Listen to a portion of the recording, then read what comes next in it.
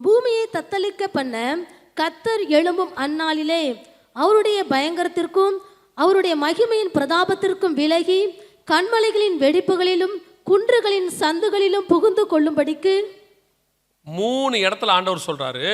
ஏசாயா 2:20, ஓசியா 10:8, வெளிப்படுத்தல் 6:15. மலைகளிலும் கண்மலையிலும் போய் என்ன செய்வாங்களாம்? ஒளிந்து கொள்வார்கள் அப்படின்னு.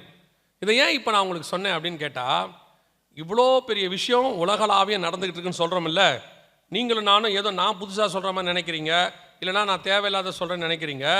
இப்போது உலகத்தில் இருக்கிற பெரிய ஜைன்ஸ் அந்த 6:15 இருக்குது. பூமியின் ராஜாக்களும் பெரியோர்களும் ஐஸ்வர்யவான்களும் இருக்குல்ல. இங்கே பாருங்க, இவங்கெல்லாம் பூமியின் ஜைன்ஸ். இவங்களாம் என்ன பண்ணியிருக்கிறாங்கன்னு பாருங்க. அத்தனை பேரும் போய் ஒரு இடத்துல பதுங்கி இருக்கிறாங்க. இது அவங்களே சொல்றாங்க. என்ன சொல்றாங்கன்னு கேட்டிங்கன்னா, இவங்க யாருன்னு தெரியுங்களா? அங்கே இருக்கிறதுல யாருன்னு பாருங்க. Sam Altman, Mark Zuckerberg, Jeff Bezos, இவங்கெல்லாம் யாருன்னு கேட்டிங்கன்னா ஓப்பன் ஏஐ, அப்புறம் ஃபேஸ்புக்கு இதெல்லாம் இருக்குல்ல, அதனுடையதான ஓனர்ஸ் இங்கெல்லாம் இருக்காங்க. கீழே போட்டிருக்கு யார் யார் எந்தெந்த இருக்காங்க. இவங்க அத்தனை பேர் என்ன சொல்கிறாங்க பாருங்க. இது நியூஸ் இருக்கு, நீங்கள் போய் பார்த்துக்கலாம்.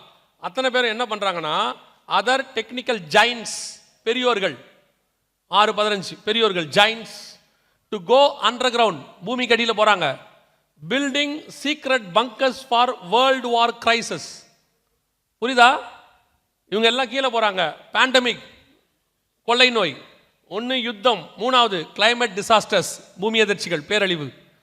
பைபிளில் சொன்ன அதே காரணம், வெளிப்படுத்தல் 6:8 கர்த்தர் சொன்ன அதே காரணம், 6:15 இவங்க எல்லாம் பூமி கடியில் போய் பதுங்கி கொள்றாங்க. அத்தனை பேரை ரெடி பண்ணிட்டான், பண்ண போறான் இல்ல. அவங்க சொல்றாங்க we are ready. ஏன்பா நீங்க எல்லாம் இப்படி கட்டி இருக்கிறீங்க அப்படின்னு கேட்டா, அவங்க சொல்றாங்க ஜியோ பொலிட்டிக்கல் இன்ஸ்டெபிலிட்டி, பூமியில நடக்கக்கூடியதான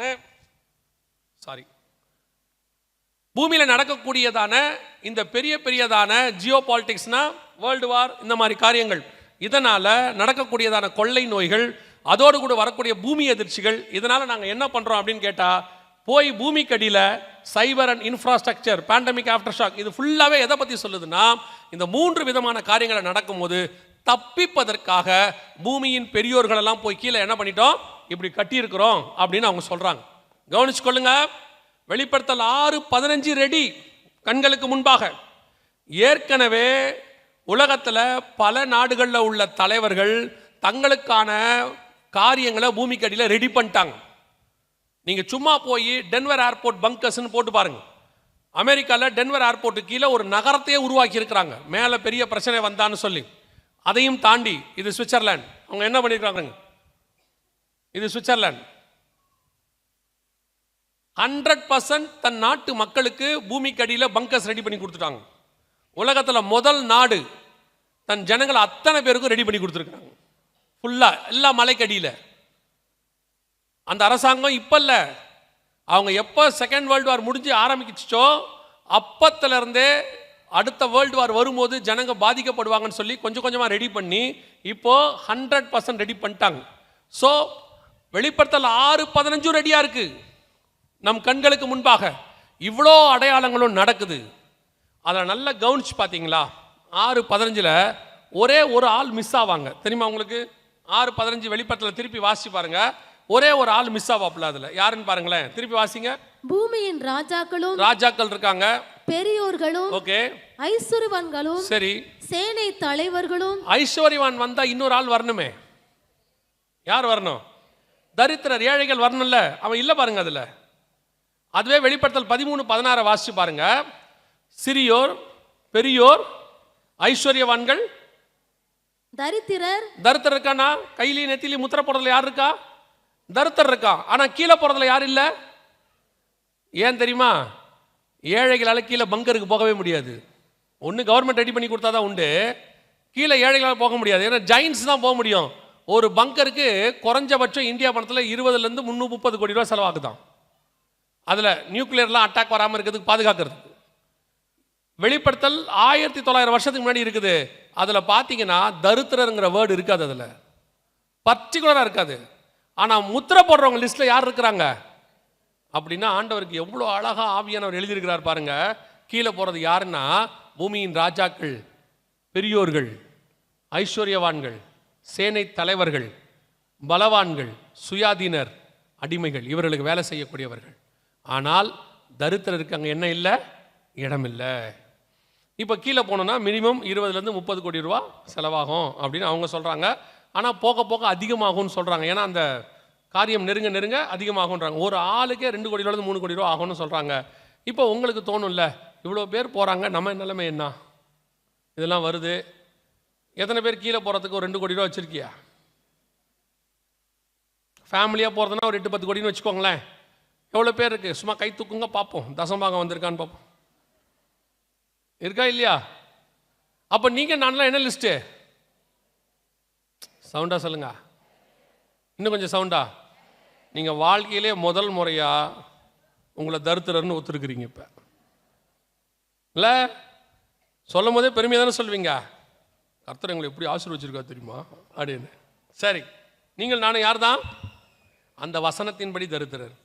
அப்போ அதை படிக்கும் போது எனக்கு தோணுச்சு, ஆண்டவரே இவங்கெல்லாம் கீழே போய் தப்பிச்சுக்கிறாங்க, நம்மளை மாதிரி ஆட்களுக்கு என்னன்னு தெரியாது. அப்போ ஆண்டவர் ஒரு வசனத்தை படிக்க வச்சார். இந்த கீழே போகிறவன் யாருன்னு அடுத்த வசனம் படிங்க, 16 படிங்க. வெளிப்படுத்தல் 6:16. பர்வதங்களையும் கண்மலைகளையும் நோக்கி நீங்கள் எங்கள் மேல் விழுந்து சிங்காசன மேல் வீற்றிருக்கிறவருடைய முகத்திற்கும் ஆட்டுக்குட்டியானுடைய கோபத்திற்கும் எங்களை மறைத்து கொள்ளுங்கள். அப்ப யாரு கீழே போறவன் தெரியுமா? பிதாவாகிய தேவனையும் ஆண்டவராகிய இயேசு கிறிஸ்துவையும் பார்க்க முடியாதவன் தான் கீழே போறான். பிதாவாகிய தேவனை யார் பார்க்க முடியாதுன்னு வசனம் சொல்லுது? பரிசுத்தம் இல்லாமல் ஒருவனும் தேவனை, அவன் தான் கீழே போறான். அடுத்து யார் இயேசுவை பார்க்க முடியாது? மனுஷகுமாரன் வரும்போது விசுவாசத்தை காண்பாரோ. விசுவாசம் இல்லாதவன், பரிசுத்தம் இல்லாதவங்க, கர்த்தருக்கு முன்பாக கிறிஸ்தவர்களாக இருந்தும் உண்மை இல்லாதவர்கள், கர்த்தருக்கு முன்பாக நிலைநிற்க முடியாதவர்கள், சபைக்குள்ளே வந்தும் ஆண்டவரை சந்திக்க வழி இல்லாத ஒரு கூட்டம் இருக்கும். இவர்கள் தான் கீழே போகிறார்கள். இவன் கேட்டால் ஞானமாக சொல்லுவான். என்ன சொல்லுவான் தெரியுமா? அது கர்த்தருடைய கிருபைங்க, ஆண்டவர் ஞானத்தை கொடுக்கலையா, யூஸ் பண்ண வேணாமா, போயிட்டு வாங்க கீழே, ஒன்றும் பிரச்சனையே இல்லை. ஆனால் வசனம் அப்படி தான் சொல்லுது. அப்போ தரித்திரர் நிலைமை என்ன? இவங்கெல்லாம் போயிட்டாங்க, சரி இருக்கிறவன் கீழே போய் பத்திரமா பாதுகாத்துட்டா, அதை கட்டிட்டாங்க, எல்லாரும் ரெடி ஆகிட்டாங்க, ஓகே ஃபைன், எல்லாம் இருக்குது. அப்போ தரித்திரருடைய நிலைமை தான் என்ன அப்படின்னு கேட்டிங்கன்னா, ஒரு வசனத்தை கர்த்தர் எனக்கு ஞாபகப்படுத்தினார், அதை சொல்லிட்டு நான் முடிச்சிடுறேன். வசனத்தை ஆண்டவர் எனக்கு ஞாபகப்படுத்தினார். என்ன சொன்னார் அப்படின்னு கேட்டிங்கன்னா, குருடர்கள் பார்வையடைகிறார்கள், செவிடர்கள் கேட்கிறார்கள், முடவர்கள் நடக்கிறார்கள், மரித்தோர் உயிர்ப்பிக்கப்படுகிறார்கள், தரித்திரருக்கு சுவிசேஷம் பிரசங்கிக்கப்படுகிறது. அவருடைய அர்த்தம் என்னன்னா, இவர்கள் எல்லோரும் இவர்கள் கொடுக்கப்பட்ட ஆசீர்வாதத்தினாலே, பணத்தினாலே கீழே போய் பதுங்கி கொள்ளுகிறார்கள். தரித்திரருக்கு ஒரு நற்செய்தி பிரசங்கிக்கப்படுகிறது. என்னன்னு சொல்லப்படுகிறது தெரியுமா? இவர்கள் எல்லோரும் இந்த மலைகளுக்கு அடியில் போய் பதுங்கி கொள்வார்கள். இந்த நற்செய்தி ஒன்று நமக்கு இருக்கிறது. இவைகளுக்கு நடுவில் உங்களையும் என்னையும் மீட்டு கொண்டு கண்மலையான தேவன் வரப்போகிறார். நாம் அவரோடு கூட போய் மேலே உட்கார போகிறோம். அல்லேலூயா. இதுதான் அந்த தரித்திரருக்கு கொடுக்கப்படுகிற நற்செய்தி. ஏங்க இது வசனத்துக்காக சொல்கிறீங்களா? உண்மையிலேன்னா இவங்க 2 பேரும் கீழே போகிறவங்க யாருக்குன்னு கேட்டிங்கன்னா, 2 பேரை பார்க்க முடியாமல் போகிறாங்க. சிங்காசனமே வீட்டுக்குரிய முகத்திற்கும் ஆட்டுக்குடியினுடைய கோபத்திற்கும் மறைஞ்சு கீழே போயிட்டாங்க. அதே நேரத்தில் அடுத்து வெளிப்படுத்தல் 7:9 இவைகளுக்கு பின்பு நான் பார்த்தபோது சகல கோத்தத்திலிருந்தும் ஜாதிகளிலிருந்தும் பாஷைக்காரிலிருந்தும் மீட்கப்பட்டதும் ஒருவரும் எண்ணக்கூடாததுமாகிய திரளான கூட்டமாகிய ஜனங்கள் வெள்ளை அங்கிகளை தரித்துக் கொண்டு தங்கள் கைகளிலே குருத்தோலைகளை பிடித்துக் கொண்டு, வாசிங்க, சிங்காசனத்திற்கு முன்பாகவும் ஆட்டுக்குட்டியானவருக்கு முன்பாகவும் நிற்க கண்டேன். இந்த 2 பேரை பார்க்க முடியாம போன அதிகாரத்துல அத்தனை பேரும் கீழே போயிட்டான். இந்த 2 பேரை பார்க்கறதுக்கு ஒரு கூட்டம் மேலே போயிருச்சு. அல்லேலூயா. இப்ப கடைசி கேள்வி கேட்டு ஜெபிச்சு முடிக்க போகிறோம். நீங்களும் நானும் கீழே பங்கஸ்ல போய் பதுங்கி கொண்டு தேவனை பார்க்க முடியாத கீழே போற கூட்டமா, அல்லது பறந்து மேலே போய் கர்த்தரை சந்திக்க போகிற கூட்டமா? ரெண்டும் அங்கேயே இருக்கு, பக்கத்துல இருக்கு. ஆப்ஷனை கர்த்தர் நமக்கு வச்சுட்டாரு. இனி காலம் கண்டிப்பாக செல்லாது. ஆண்டவர் சொன்ன 6வது முத்திரை வரைக்கும் எல்லாம் ரெடி, அத்தனையும் தயாரா இருக்கு. இவைகள் சம்பவிக்க தொடங்கும் பொழுது உங்கள் மீட்பு சமீபமாக இருப்பதால் நீங்கள் நிமிர்ந்து பார்த்து உங்கள் தலைகளை உயர்த்துங்கள். இதெல்லாம் இங்கே நடந்துகிட்டு இருக்கும்போது எப்படி நோவாவுடைய பேழை மகா ஆழத்தின் ஊற்றுக்கண்கள் எல்லாம் பிளந்தன, வானத்தின் மதகுகளும் திறவுண்டன. ஆதியாம் 7:11 இருக்கு. வானத்தின் மதகுகளும் திறவுண்டன, மேலிருந்து தண்ணி கீழே இருந்து தண்ணி எல்லாம் தத்தளிச்சுக்கிட்டு இருக்கான், ஓடிக்கிட்டு இருக்கான். ஆனால் ஒரே ஒரு பேழை மட்டும் அந்த தண்ணிக்கு மேலே நின்று மிதந்து பர்வதங்களுக்கு மேலே சமுத்திரத்துக்கு மேலே நின்று கொண்டிருந்ததை போல உலகம் மிகப்பெரிய தத்தளிப்பு அழிவுகளுக்கு நடுவிலே போய்கொண்டிருக்கும் பொழுது வானம் சுருட்டப்பட்ட புஸ்தகத்தை போல விலகும், தீவுகள் அகன்று போகும், சூரியன் கருத்த கம்பளியை போல கருக்கும், சந்திரன் ரத்தம் போல் ஆகும், அத்திமரமானது பெருங்காற்றினால் அசைக்கப்படும் போது அது காய்கள் உதிர்கிறது போல வானத்தின் நட்சத்திரங்களும் பூமிக்கு மேல் வந்து விழும். ஒரு கூட்டம் பூமிக்கு அடியில் போய் பதுங்கிக் கொள்ளும். ஆனால் இவைகளுக்கு நடுவில் ஒரு கூட்டம் புறப்பட்டு அழகாய் கர்த்தருக்கு முன்பாக சிங்காசனத்துக்கு முன்பாக வெள்ளை அங்கிகளை தரித்துக் கொண்டு தங்கள் கைகளிலே குருத்தோலைகளை பிடித்துக் கொண்டு அவருக்கு முன்பாக நிற்க போகிறது. அல்லேலூயா. உங்களை என்னையும் கர்த்தர் அந்த அழைப்புக்கு தான் அழைத்திருக்கிறார். அந்த நற்செய்தி தான் உங்களுக்கு அறிவிக்கப்படுகிறது. நம்முடைய தலைமுறையில் நம்முடைய கண்களுக்கு முன்பாக இந்த சம்பவங்கள் எல்லாம் அப்படியே நடக்க வாய்ப்பு இருக்கிறது. அப்ப ஆண்டவர் நமக்கு இதை வெளியரங்கமாக்கி கொடுக்கிறார். இதைத்தான் முத்திரைகள் உடைக்கப்படுதல். வசனத்தை கொடுத்திருக்காரு, அது என்னங்கிறத புரிய வைக்கிறார்ல, அதற்கு பேர் தான் முத்திரை உடைக்கப்படுதல். போன தலைமுறையில் இதை சொன்னா புரியாது. ஏன்னா 100 வருஷத்துக்கு முன்னாடி இது எல்லாமே நடக்கல. இஸ்ரவேல் வந்த பிறகுதான் இது எல்லாமே நடக்கணும். இப்போ எல்லாமே நடக்குது. இந்த 76 வருஷத்துக்குள்ள இவ்வளவும் நடந்திருக்கு. எனவே இந்த முத்திரைகள் காலத்தில் நீங்கள் நானும் இருக்கிறோம். ஆண்டவர் வரப்போகிறார். நாம் பறந்து அவருக்கு முன்பாக போய் நிற்கிற கூட்டத்தில் இருக்க போகிறோம். நேற்று சொன்ன ஒரு விஷயத்தை சொல்லிட்டு முடிக்கிறேன். அப்போ வரப்போறாருங்கிறது எனக்கு தெரிஞ்சிருச்சு. கர்த்தருடைய வருகையில் போகணுங்கிறது எனக்கு புரிஞ்சிருச்சு. எல்லாம் ரெடியா இருக்கு. என்ன செய்யணும்? இது அத்தனையும் இன்ஃபர்மேஷன் நீங்க பார்த்தது. இதெல்லாம் அடையாளம், அற்புதங்களினாலும் அடையாளங்களினாலும் வேத வாக்கியத்தை கர்த்தர் என்ன பண்றாரு? உறுதிப்படுத்தினார். இப்போ இதெல்லாத்தையும் வச்சு கர்த்தர் வசனத்தை உறுதிப்படுத்திட்டாரு. வருகை வரப்போகுதுன்றது நிச்சயம். ஆனால் போகிறதுக்கு என்ன செய்யணும்? முதலாவதாக இயேசு கிறிஸ்துவின் ரத்தத்தினாலே பாவ மன்னிப்பின் நிச்சயத்தை பெற்றிருக்க வேண்டும். இயேசு என் பாவத்தை மன்னிச்சாருங்கிற நிச்சயம் இருக்கணும். அந்த நிச்சயம் வந்துச்சுன்னா உங்களுக்குள்ள ஒரு சந்தோஷம் வரும். அதற்கு பேர் ரட்சண்ய சந்தோஷம். ரெண்டாவது, பிதா குமாரன் பரிசுத்தாவின் நாமத்தினாலே தண்ணீர்ல மூழ்கி ஞானஸ்நானம் எடுத்திருக்கணும். வேற ஞானஸ்நானமே கிடையாது. குழந்தை ஞானஸ்நானம், கொடிக்கு கீழே ஞானஸ்நானம், அவங்க அதெல்லாமே கிடையாது. வசனம் தெளிவா சொல்லுது, ஜலத்துல மூழ்கி எடுக்கணும். எடுத்திருக்கீங்களா? ஏங்க குழந்தையில எடுத்த ஞானஸ்நானம் இல்லைன்னீங்கன்னா, விசுவாசம் உள்ளவனாகி ஞானஸ்நானம் பெறுகிறவனே ரட்சிக்கப்படுவான். குழந்தையில உங்களுக்கு எதுவுமே தெரியாது. குழந்தை ஞானம் பைபிள்லையும் இல்லை, எங்கேயும் சொல்லப்படவும் இல்லை. எனவே தண்ணியில மூழ்கி ஞானஸ்நானம் எடுக்காதவங்க ஞானஸ்நானத்துக்கு ஒப்பு கொடுங்க. இதான் ரொம்ப இம்பார்ட்டன்ட், முக்கியமும் கூட. ஒருவேளை இது வரைக்கும் நீங்கள் இல்லைன்னா இப்போ ஒப்பு கொடுங்க. பாஸ்டரோ அனௌன்ஸ் பண்ணாங்க, ஒப்பு கொடுத்து வந்தீங்கன்னா. ஏன்னா ஒருவன் ஜலத்தினாலும் ஆவியினாலும் பெறவாவிடில் பரலோக ராஜ்யத்தில் பிரவேசிக்க முடியாது. இப்போ இருக்கும் போதே பண்ணிட்டா நல்லது. நாங்கள் கோவிடுக்கு முன்னாடி இப்படி தான் சொல்லிக்கிட்டு இருந்தோம், யாரும் செவி சாய்க்கல. அதுக்கப்புறம் பார்த்தீங்கன்னா கோவிட் நேரத்தில் 2-3 பேர் ஃபோன் பண்ணுறாங்க. அதில் ஒரு பிரதர் ஃபோன் பண்ணுறாரு, இப்போ எங்கேயாவது ஞானஸ்நானம் எடுக்கலாமான்னு கேட்குறாரு. இல்லை சர்ச்சி எல்லாம் மூடி இருக்கு, இப்போ எடுக்க முடியாது. என்ன பாஸ்டர் பொறுப்பு இல்லாமல் பேசுறீங்கன்றார். அவர் என்ன பார்த்து, நான் ஞானஸ்நானம் எடுக்கணும்னு சொல்கிறேன், இப்படி பொறுப்பு இல்லாமல் பேசுகிறீங்களே. நான் என்ன கேட்டேன், ஏன் இவ்வளோ அர்ஜென்ட்டாக நீங்கள் ஞானஸ்நானம் எடுக்கணும்னு கேட்டேன். இப்போ அவர் சொன்னார், முந்தா நேற்று எதிர் வீட்டில் ஒருத்தர் போயிட்டாரு, நேற்று பக்கத்து வீட்டில் ஒருத்தர் போயிட்டாரு, எதுக்கு எடுத்து வச்சுக்கலான்னு பார்க்குறேன்னு சொன்னார். அந்த மாதிரி நிலைமைக்கு ஏன் போய் ஞானஸ்நானம் எடுக்கணும்? இன்றைய ரட்சண்ய நாள். ஆண்டவர் நல்ல வாசல் திறந்திருக்கிறாரு. ஞானஸ்நானம் என்பது கீழ்ப்படிதல். அதுக்கு நீங்கள் ஒப்பு கொடுத்தீங்கன்னா பரலோகம் உங்களை கனப்பண்ணும். அல்லேலூயா. மூணாவது, எபேசியர் 4:30 சொல்லுது, மீட்கப்படும் நாளுக்கென்று முத்திரையான பரிசுத்த ஆவியை துக்கப்படுத்தாதீர்கள். அவர் தான் மீட்கப்படும் நாளுக்கென்று முத்திரை. அவர் தான் உங்களை உருவாக்குறவர். ஆலயத்துக்குள்ள வச்சு ரெடி பண்ணி மணவாளனுக்கு ஏற்ற மணவாட்டியை மாற்றுகிறவர். அவர் தான் கொண்டு போய் சேர்க்கிறவர். வேத வாக்கியங்கள் எல்லாம் தேவ ஆவியானவராலே அருளப்பட்டிருக்கிறது. அந்த ஆவியானவர் தான் உங்களை கண்டித்து உணர்த்துகிறவர். அவர் தான் உங்களை சகல சத்தியத்துக்குள்ள நடத்துகிறவர். பரிசுத்த ஆவியானவர் இல்லை, அப்படிலாம் ஒன்றுமே கிடையாது, அது ஒரு ஆள் தத்துவமே கிடையாதுன்னு ஒரு குரூப் சொல்லிட்டு தெரியுது. பரிசுத்த ஆவியானவர் உண்டு. அவர் தான் சபையின் மூத்த போதகராக இருக்கிறார். அவர் தான் சபையை கொண்டு போய் பரலோக ராஜ்யத்தில் சேர்க்கிறார். அல்லேலூயா. பரிசுத்த அபிஷேகம் கண்டிப்பாக பெறணும். சபைக்குள்ள அபிஷேக கூட்டம் இருக்கும். அபிஷேக கூட்டத்துக்கு வந்து கலந்து கொள்ளுங்க. உங்களுக்கு அங்கே ஆவியானவர் நிரப்ப வல்லமை உள்ளவர். ஒருவேளை அப்படி வர முடியாது, எங்களுக்கு வீட்டில் பிரச்சனை இருக்குது, அப்படிலாம் வர முடியாதுன்னா, வீட்டில் யாரும் இல்லாத போது நல்ல கதவை சாத்திக்கிட்டு முழங்கால் போட்டு ஊக்கமாக ஜெபம் பண்ணுங்க. வசனம் சொல்லுது, வாஞ்சியும் தவணமுள்ள ஆத்துமாக்களை கர்த்தர் நிரப்புகிறார். அல்லேலூயா. நாலாவது, அப்போஸ்தலர் நடவடிக்கைகள் 2:40 சொல்லுது, மாறுபாடான சந்ததியை விட்டு விலகி உங்களை ரட்சித்துக் கொள்ளுங்கள். வேறுபாடுள்ள வாழ்க்கை ரொம்ப இம்பார்ட்டன்ட். உங்களுக்கும் உலகத்துக்கும் என்ன இருக்கணும்? வேறுபாடு, டிஃபரன்சேஷன் இருக்கணும். உலகத்துக்கு ஒத்த வேஷம் தரிக்காதீங்கன்னு ரோமர் 12 சொல்லுது. இன்னைக்கு கடைசி காலத்தில் சபை உலகத்துக்கு ஒத்த வேஷம் தரிக்க ஆரம்பிச்சிருச்சு. ஒரு காலகட்டத்தில் சினிமா பாட்டு மாதிரி நம்ம ஆளு பாடுனா, இப்போ சர்ச்சில் சினிமா பாட்டையே பாடுறான். ஒரு பீரியடில் பாட்டு சினிமா பாட்டு மாதிரி இருக்கும், அதையே நாங்கள் கண்டிச்சுக்கிட்டு இருந்தோம். இப்போ பார்த்தா சினிமா பாட்டையே பாடுறான். என்ன தப்புங்கிறான். அதுக்கு உங்கள் மதுரை ஃபேமஸாக இருக்குது, அவ்வளோதான் சொல்ல முடியும். கேர்ஃபுல்லாக இருந்து கொள்ளுங்க. பாழாக்கும் அருவருப்பு. பரிசுத்த ஸ்தலத்தில் நிற்க காணும்போது அந்த இடத்த விட்டு ஓடிடணும். அங்கே உட்காந்துக்கிட்டு ஜாலியாக கை தட்டிக்கிட்டு விசில் அடிச்சுட்டு இருந்தீங்க, ஒரு நாள் அக்கினி இறங்கும், பட்சிக்கும். கர்த்தர் தம்முடைய மகிமையை ஒரு நாளும் யாருக்கும் விட்டுக்கூடார். இது கிருபையின் காலங்கிறதுனால அந்த ஆட்களெல்லாம் சும்மா விட்டுக்கிட்டு இருக்காரு. அந்நிய அக்கினியை உள்ளே கொண்டு வந்தால் பழைய ஏற்பாடாக இருந்தால் ஒரே அறை தான். இந்த கிருபையோடைய மேன்மையை நீங்கள் எங்கே பார்க்கலான்னா இவனுங்கிட்ட பார்க்கலாம். நீங்கள் அவர் எவ்வளோ பொறுமையாக இருக்காருன்றதை இவங்க மேலே பார்த்துக்கலாம். இதே மாதிரி பழைய ஏற்பாட்டில் மட்டும் அந்நிய அக்கினியை உள்ளே கொண்டதுக்கு என்ன நடந்துச்சுன்னு உங்கள் எல்லாருக்கும் தெரியும்.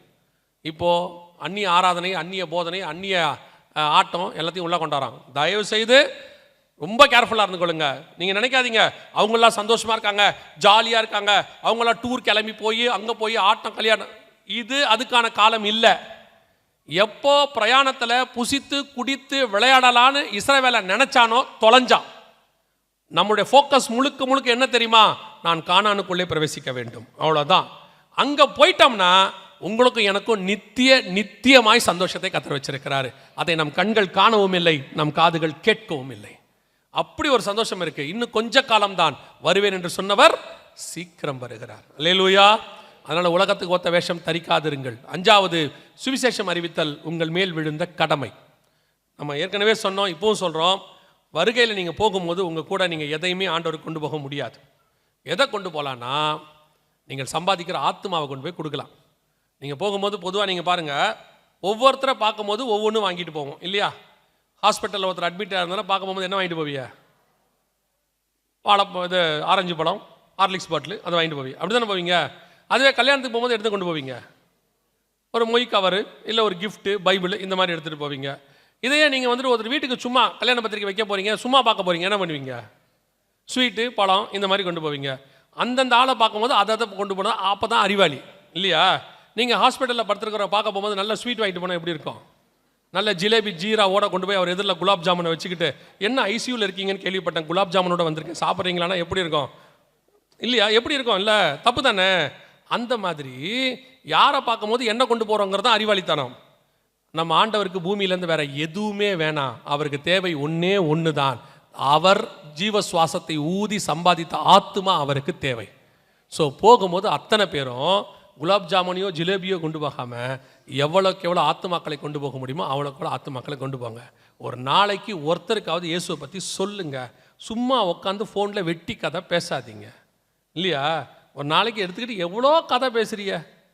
யூடியூப்பில் பார்த்தியா, அப்படியே பச்சை பயிரை மேலே தூவி, ஆமாம் நீங்கள் சமைச்சிட்டாலும் அதுக்கு பதிலாக ஒரு 4 பேருக்கு சுவிசேஷத்தையாவது சொல்லுங்கள். உட்காந்துக்கிட்டு நம்ம ஆட்கள்லாம் உட்காந்துக்கு பாருங்கள், அப்படி ஆஃபீஸ் போனோன்னு ஒரு வேலையும் இருக்காது. ஃபோனை எடுத்துக்கிட்டு அவன் கட்சி ஆரம்பிச்சிட்டானாமே, அடுத்து அவன் தான் வரும், எவன் தான் உனக்கு என்ன சீட்டாக கொடுக்க போகிறான். சில ஆட்கள்லாம் உட்காந்துக்கிட்டு வெட்டியா, சிலர்லாம் இந்த வேலை முடிச்சுட்டு வந்தோடனே வீட்டில் சோஃபாவில் உட்காந்துட்டு இந்த கணவன்மார்கள் இந்த ரொமேட்டோ எடுத்துக்கிட்டு நொட்டு நொட்டு நொட்டு நொட்டுன்னு மாற்றிக்கிட்டே இருக்கிறது. எதையும் ஒன்றும் உருப்படியாகவும் பார்த்து தொலையாது. இப்படி மாற்றிக்கிட்டே இருக்கிறது. நடுவில் அப்படின்னு வாப்பில் என்னன்னு கேட்டால் ஐநா சபையில் ஏதாவது ஒன்று நடந்திருக்கும். சார் நாளைக்கு போய் அங்கே பேச போகிற மாதிரி. இதுக்கு பதிலாக ஒரு நாளைக்கு உட்காந்து 4 பேருக்கு இயேசுவை பற்றி சொல்லுங்கள். அதில் ஒருத்தர் ரட்சிக்கப்பட்டால் கூட உங்கள் கணக்கிலே கத்தர் வைத்துக் கொள்வார். பரலோகத்துக்கு போகும்போது ஆண்டவர் சொல்லணும், இதெல்லாம் நீ சம்பாதிச்ச ஆத்மா எனக்காகன்னு ஆண்டவர் சொன்னாதான் உங்களுக்கு ஆசீர்வாதம். அல்லேலூயா. அதுக்கு நாங்கள் என்ன பண்ணியிருக்கோம், ஒரு சின்ன ஒரு வேலை. நிறைய பேர் எங்ககிட்ட கேட்டாங்க, இந்த மாதிரி என் டைம் பற்றியெல்லாம் எங்களுக்கு கொஞ்சம் சொல்ல தெரியல, இதை கொஞ்சம் சொல்கிற மாதிரி ஏதாவது செஞ்சால் நாங்களும் போய் சொல்லுவோம் அப்படின்னு சொன்னாங்க. அதனுடைய விளைவாக நாங்கள் ஒரு ட்ராக்ஸ் போட்டிருக்கோம், என் டைம் ட்ராக்ஸ். இது முழுக்க உலகத்தில் நடக்கிற சம்பவங்களை எல்லாம் போட்டு ஆண்டவர் சொன்னபடி எப்படி நடந்திருக்கு, ஆண்டோட வருகை எப்படி சம்பவிக்க போகுதுங்கிறத ஒரு ட்ராக்டாக போட்டிருக்கிறோம். பின்னாடி நம்ம சபா அட்ரஸ் போடுறதுக்கு இடம் கொடுத்துருக்குறோம். நீங்கள் இங்கே சபா அட்ரஸை போட்டுக்கொள்ளலாம், அதோட கூட இந்த ட்ராக்டை கொடுக்கலாம். ஸோ இந்த ட்ராக்ட் உங்களுக்கு பின்னாடி கொடுப்பாங்க, ஃப்ரீ தான். ஆனால் ஒரு ஆளுக்கு 5 தான் தருவாங்க, அதுக்கு மேலே தரவே மாட்டாங்க. ஏன்னா நிறையா கொடுத்தா நீங்கள் என்ன பண்ணுவீங்கன்னு உங்களுக்கும் தெரியும், எனக்கும் தெரியும். கன்ஃபார்மாக நீங்கள் என்ன பண்ணுவீங்க, நம்ம என்ன பண்ணியிருக்கோன்னு தெரியும்ல. ஸோ அதனால் 5 தான் தருவாங்க. நீங்கள் என்ன பண்ணணும்னா, ஒரு 5 பேருடைய பேரை வந்து ரட்சிக்கப்படாதவங்க, சொந்தக்காரங்க, நண்பர்கள், கூட வேலை பார்க்குறவங்க, கூட பிறந்தவங்க எல்லாம் இருந்தாங்கன்னா அவங்க பேரை, ரட்சிக்கப்படாதவங்க பேரை மட்டும் எழுதி அவங்களுக்காக முதல்ல ஒரு 1 நாள் 2 நாள் ஜெபம் பண்ணுங்க. ஜெபம் பண்ணிவிட்டு அதுக்கப்புறமா கொண்டு போய் இந்த ட்ராக்ஸை கொடுங்க. கர்த்தர் நிச்சயமாய் அந்த ஆத்துமாக்களை சந்திப்பார். அந்த ஆத்துமாக்களை உங்கள் கணக்கிலே கர்த்தர் வைத்துக் கொள்வார். அல்லேலூயா. அப்படி ரட்சிக்கப்படுகிற ஜனங்களை சபைக்கு கூட்டிட்டு வாங்க. ஏன்னா ஆண்டவர் சொல்ல ரட்சிக்கப்பட்டவர்களை கர்த்தர் அனுதினமும் சபையிலே சேர்த்தார். சபை கூட்டுவாங்க. இது நீங்கள் பண்ண போகிற கடைசி கால மிக முக்கியமான ஊழியம். ஸோ இந்த ட்ராக்ஸ் பின்னாடி இருக்கும், வாங்கிக்கோங்க. தயவு செய்து வேஸ்ட் பண்ணாதீங்க. இது நாங்கள் அடிக்கலை, எழுதுறது மட்டும்தான். நாங்கள் இது அடிக்கிறது ஒரு ஃபேமிலி, 2 ஃபேமிலி, கோயம்புத்தூர்லேருந்து ஒருத்தரும் சென்னையிலேருந்து ஒருத்தர் தான் அடிக்கிறாங்க, அடித்து கொடுத்துருக்காங்க. ஸோ இதை அவங்களுடைய உழைப்பில் அவங்களுக்கு வர சம்பளத்திலேருந்து அவங்க அடிச்சிருக்கிறாங்க. ஸோ தயவு செஞ்சு வேஸ்ட் பண்ணிடாதீங்க. முடியாட்டி விட்டுருங்க, அது நல்லது. ஆனால் கொண்டு போய் கீழே போடாதீங்க. அவங்களாம் ரொம்ப கஷ்டத்துக்கு நடுவில் அடித்து கொடுக்குறாங்க. ஸோ ஒரு பின்னாடி இருக்கோ, வாங்கிக்கலாம். ஆத்துமாதாயம். 6வது, இயேசு கிறிஸ்து வருவார் என்பதை ஒவ்வொரு நாளும் என்ன செய்யணும்? விசுவாசிக்கணும். ஏதோ சும்மா கதை கேட்குற மாதிரி கேட்டுட்டு போயிடக்கூடாது. ஒவ்வொரு நாளும் இயேசுவை சந்திப்பதுக்கு நம்ம என்ன ஆகணும்? ஆயத்தப்படணும். நைட்டு படுக்க போகும்போது, காலை ஏந்திரிக்கும் போதும் நம்ம ஜெபம் என்னவா இருக்கணும் தெரியுமா? வெளிப்படுத்தல் 22:17 இருக்குல்ல, ஆவியும் மனவாட்டியும் வாய் என்பார்களாக. அதான் சாலனோரஜமா அழகாக சொல்லுவாங்க, அவங்க பாட்டில் சொல்லுவாங்க, எப்போ வருவீர் இயேசுவே, ஏங்கி உள்ளம் உம்மை தேடுதே அப்படிம்பாங்க. அந்த வாஞ்ச தாகம் அப்படி வந்துடணும். ஒவ்வொரு நாளும் இயேசுவை சந்திப்பதற்கு ஆயத்தப்படணும். 7வது, கடைசியாக, முடிவு பரியந்தம் நிலைநிற்கிறவனே ரட்சிக்கப்படுவான். இந்த 6லும் என்ன செய்யணும்? கடைசி வரைக்கும் நிற்கணும். அடைந்த ரட்சிப்பு, எடுத்த ஞானசானம், பெற்றுக்கொண்ட அபிஷேகம், வாழ்கிற வேறுபாடுள்ள வாழ்க்கை, சொல்கிற சுவிசேஷம், விசுவாசிக்கிற வருகை, இந்த 6லும் கடைசி வரைக்கும் நின்னீங்கன்னா கர்த்தருடைய வருகையிலே பிரவேசிப்பது எளிது. அல்லேலூயா.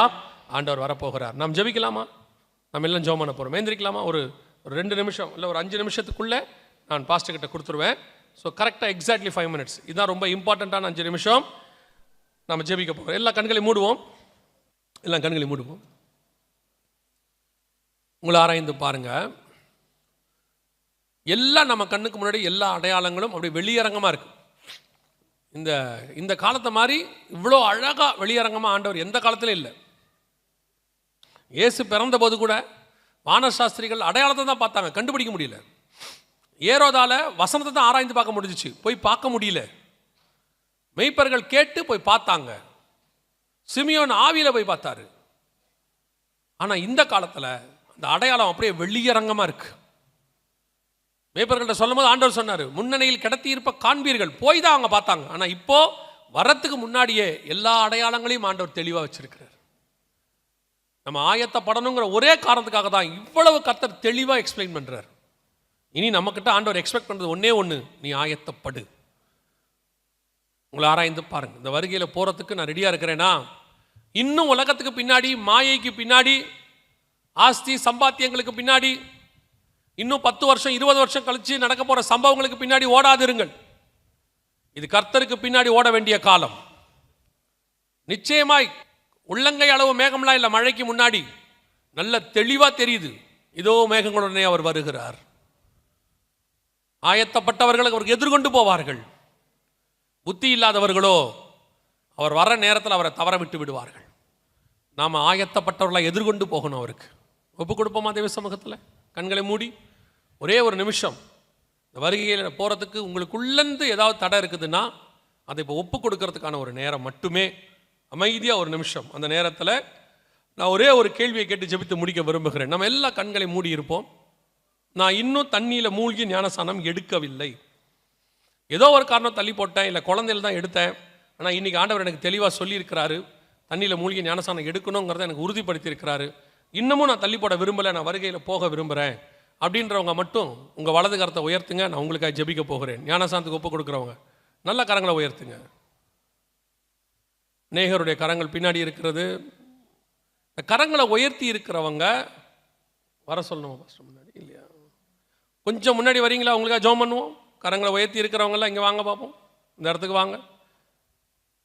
பக்கத்தில் வாலண்டியர்ஸ் இருந்தால் அவங்கள வர சொல்லுங்க பார்ப்போம். நல்லா கரங்களை உயர்த்துங்க. உங்களை ஜெபி இங்கே வந்துடுங்க. முன்னாடி வந்தவங்க உயர்த்த வேண்டாம். பின்னாடி இருக்கிறவங்க யாராவது இங்கே வாங்க, ஃப்ரண்ட்டில் வாங்க பார்ப்போம். ஞானசாந்துக்கு ஒப்பு கொடுக்குறவங்களாம் இங்கே வாங்க. இது உங்களுக்கும் தேவனுக்கும் உள்ளாது. மற்றவங்களாம் கண்களை மூடி ஜெபம் பண்ணுங்க. உங்களுக்காக இந்த ஒரு நிமிஷம் உங்களுக்கு தான். இது இவங்க வந்து நிற்கிறதுக்கு அது உங்களுக்கு ஒன்று தான். வேற யார் இருக்கிறீங்க? சீக்கிரம் வாங்க பார்ப்போம். நான் உங்களுக்காக ஜெபிக்க போகிறேன், அவ்வளோதான். ஞானசாந்துக்கு ஒப்பு கொடுத்தவங்க வேற யாரும் இருக்கிறீங்களா?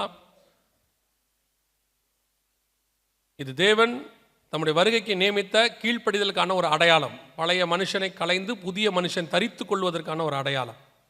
மற்றவங்க எல்லாம் கண்களை மூடி உங்களுக்காக ஜெபம் பண்ணுங்க பார்ப்போம். உங்கள் ஆத்மாக்காக ஜெபம் பண்ணுங்க. ஏன் வேடிக்கை பார்ப்பிய?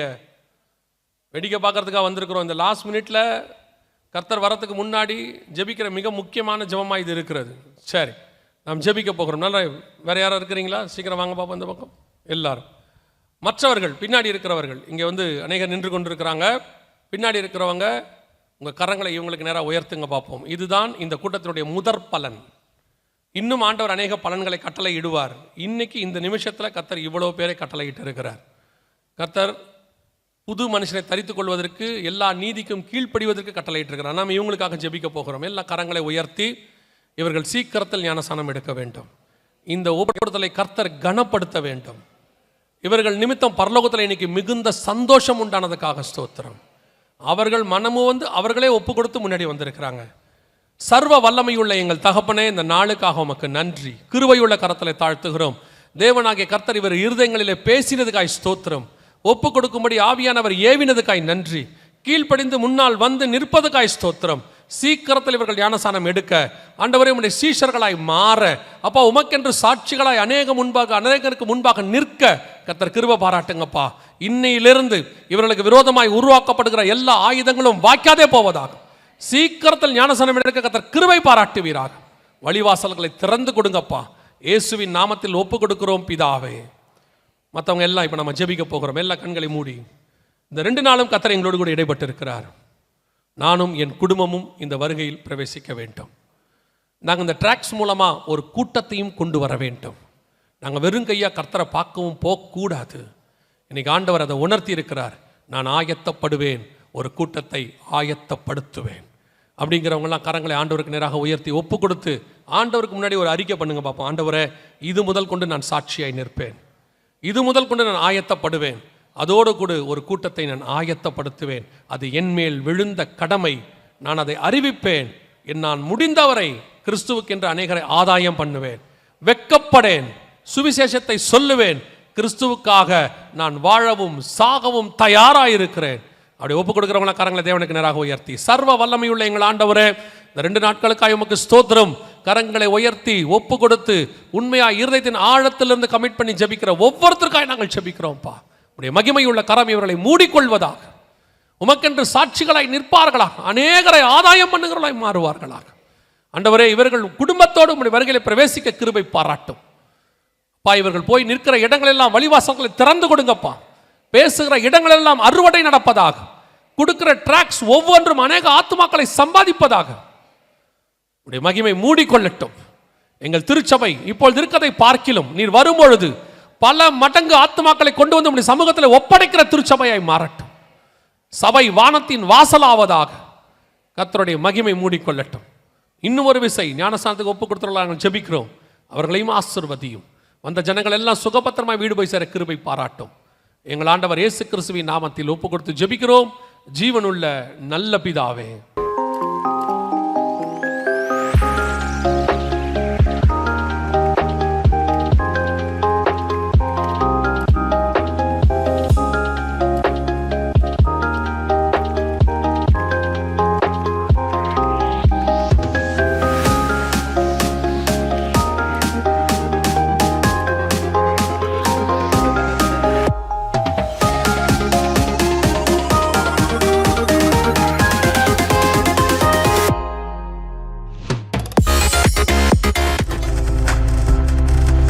நீங்கள் பார்த்துக் கொண்டிருப்பது உங்கள் ஜாய் டிவி. உங்கள் துக்கம் சந்தோஷமாய் மாறும்.